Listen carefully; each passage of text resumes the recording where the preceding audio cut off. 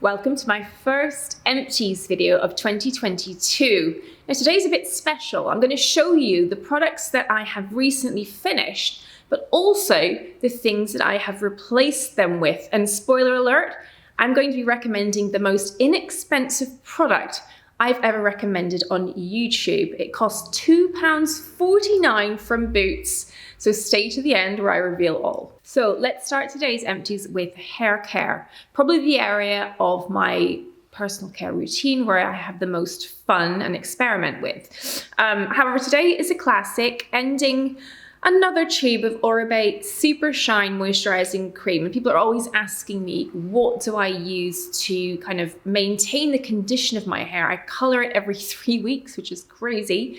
And I use quite a bit of heat on it to style it. So at the minute I am straightening it and then putting a curl in with Tong. So I have found that over the years, this stuff has literally preserved the health of my hair in a way that nothing else will.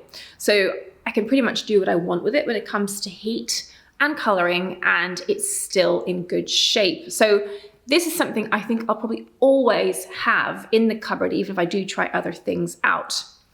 But in addition to replacing this, I've also started using the Olaplex No. 7 Bonding Oil. Oh my goodness, does my hair love this stuff. Now, my hair is quite coarse textured. It can take quite a bit of product and it is very prone to frizzing. So for me, using this has transformed the condition of my hair in terms of the finish. When I use heat on my hair to style it, it tends to get frizzy. I get that little halo of fuzz and that kind of bothers me. So using this just allows everything to look more sleek, more glossy, which is very much my look. I'm not really one for kind of undone, messy hair. I like my hair to look polished, especially at the ends where they tend to be a bit ravaged. So this is fabulous. Now, in terms of styling, I do feel like I found my groove recently a little bit better. And it's a combination of using, one of these impressive tools, but I like this particular head. I was rather late to discovering the different heads on the Dyson Airwrap. I think because of the Airwrap functionality, I thought that was the one to use. But for me, it creates curls that are way too tight and uniform, and I prefer them to be a little bit more haphazard. So rather than using the Airwrap, which I actually find also is very slow, we've got as much hair as me, that's really quite a painful thing to do. So I smooth out with this. I don't use the full heat, I use like the No. 2 heat, otherwise, as I say, I get a bit puffy. Make it completely smooth with this and pretty flat. And then I go in with my new tongs, and I have to say, I love these. These have been a game changer. These are the GHD curve tongs, and my hairdresser Oscar uses these. But honestly, so easy to use, and they just produce like a really good, chunky, juicy curl. And I do that in small sections, and I discovered this at Hershey's having a blow dry, where the stylist actually tested my hair with tongs before he washed it, which I thought was incredibly thorough. No one's ever done that before, just to see what size of segments you needed to break my hair into in order to get the curls to sit right, to last. Turns out quite small segments, so potentially could be a quite kind of arduous task, but somehow with these, done in 10 minutes. I've got quite nimble at tonging. But yeah, with just this kind of smooth kind of silicone barrel, just really effective and very happy with the outcome. So combination of Oribe, Olaplex, and those two devices. I mean, I'm pretty high maintenance, I suppose, when it comes to hair, but I know how I like my hair. And then I will pin it just like that as it cools so that the front section sits off my face. Brush it through, bit of oil in the ends, boom, done. Now, this is just a sort of moment of sadness, really. My Fracas has run out and I am feeling a bit bereft. I will need to order some more of this for myself. But yeah, the only fragrance I've ever worn, in as long as I can remember, probably 15 years plus. But, for me, fragrance is such a distinctive and memorable thing that the idea wearing different fragrances at different times to me, it just doesn't make any sense. And you know, when you find the one, why would you want to take a holiday from it? So I don't really feel properly dressed unless I'm wearing a squirt of this one. And, you know, that sort of heady tuberose with a bit of warmth underneath. So it's floral, but it's also oriental, I guess, in terms of the notes. So beautiful, heady, wonderful fragrance. And coming on to skincare, apart from prescription tretinoin, I use, you know, entirely my own products. I'm selfish that way. I make them to suit my own needs to some extent. So I have just finished my first bottle of Flawless Nightly Eye Serum. And what this has done for me, you know, the eye area is definitely the area that I see the most change in as I've aged. Perhaps in the past, I wasn't that diligent with using a retinoid around my eyes. Maybe I focused more on the rest of my skin because I was breakout prone. Possible. And sometimes to get the ideal quantity of sunscreen, if I was using a product that wasn't as good around my eyes as it was in the rest of my face, I might have gone lighter. These days with Gossamer, I'm very comfortable applying the right amount of sunscreen under the eye area. So I'm definitely doing better than I might have done in my 20s when it comes to protecting my eye area. But it means that there is stuff to combat. There are kind of, you know, things to improve when it comes to the skin here. And this has definitely firmed things up.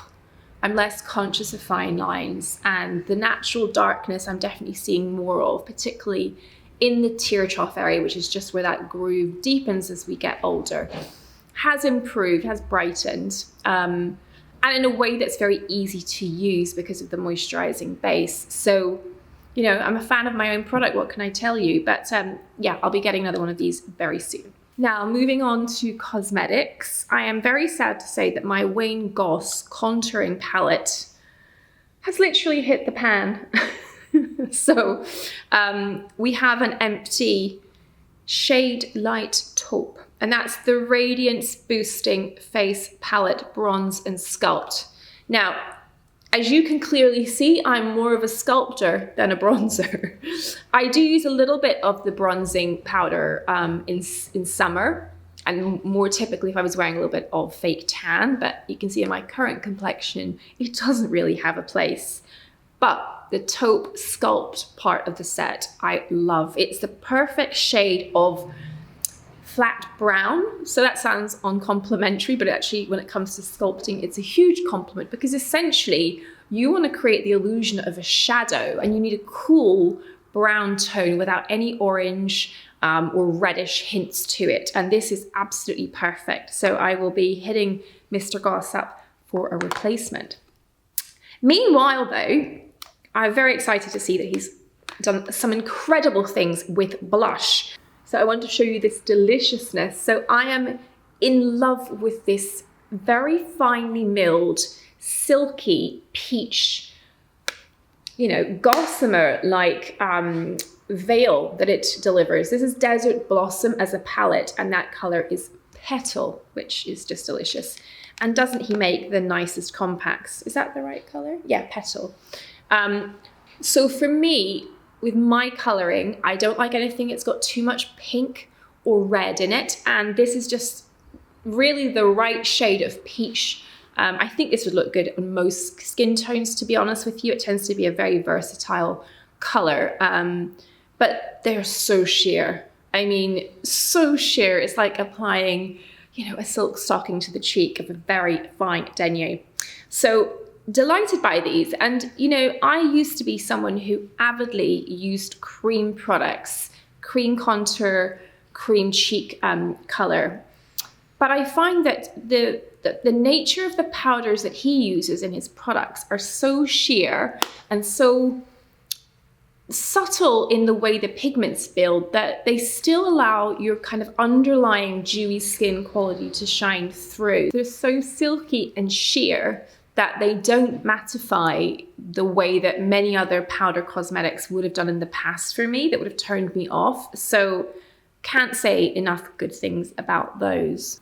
Then moving on to mascara, I've been loving this one of late, which is the Lash Idôle, which comes with a tremendously useful brush, which is just perfect for a fluttery lash. Now, I am not a big person for loads and loads of mascara on the ends. I really do hate the look of product on lashes. There's just something about it I find almost distracting. But what I adore is a heavily suited root of the lash. And the brush is just amazing for that. And as always, Lancôme mascaras in general, they can do no wrong. I mean, I love Lancôme, I also love Chanel, but you know, Lancôme, so reliable. But with this brush has been fantastic. Gives you that lovely fan of lusciousness.